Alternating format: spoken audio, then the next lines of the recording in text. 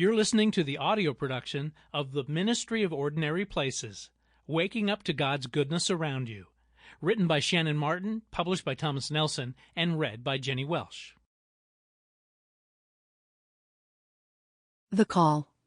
I always thought being called by God was a rare and special thing that happened to only a slim percentage of unlucky people. I'm just being honest. When I heard proclamations of someone going into full-time ministry, as opposed to occasional or intermittent ministry, I guess, I assumed the unfortunate soul would end up in one of two places: the church on the corner with a high turnover rate, or a developing country overseas. I don't know what it says about me, and I had friends who felt otherwise, pining to be chosen, but both options made me shiver. This low-grade anxiety over whether or not I would be called by God ebbed and flowed even into adulthood. I was unable to shake the feeling that it was still possible. Whenever it popped up, I kindly reminded God that I'm not that kind of woman. I'm indoorsy, with a sensitive gag reflex and a mortal phobia of outhouses. I'm not the best choice for a day trip to a state park, much less the mission field. All along, I viewed ministry as something to be avoided. When my sturdy, athletic younger sister moved to Zambia to be a missionary, I knew I was home free. Bullet dodged. At last, I put my irrational ministry fears behind me and got to work on the task at hand, which for me was mothering. I maneuvered my babies into sleep schedules, taught them to pray, and took them to the library often. I had found my calling. It wasn't all of that, after all. It was this right here, this thing in front of me. Like every generation before me, I blazed a trail through those early, chaotic years of motherhood, realizing along the way, almost accidentally, that as my kids were getting older, the burden on me was lessening. I am as wildly in love with them as I have ever been.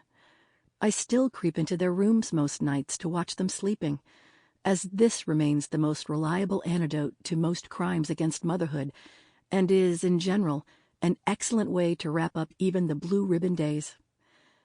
But as they began needing me less and in different ways, I started to realize that maybe caring for them wasn't the full extent of my calling. I went about my life believing God had more plans for me, wrought with mystery and nuance, hidden just outside my line of vision.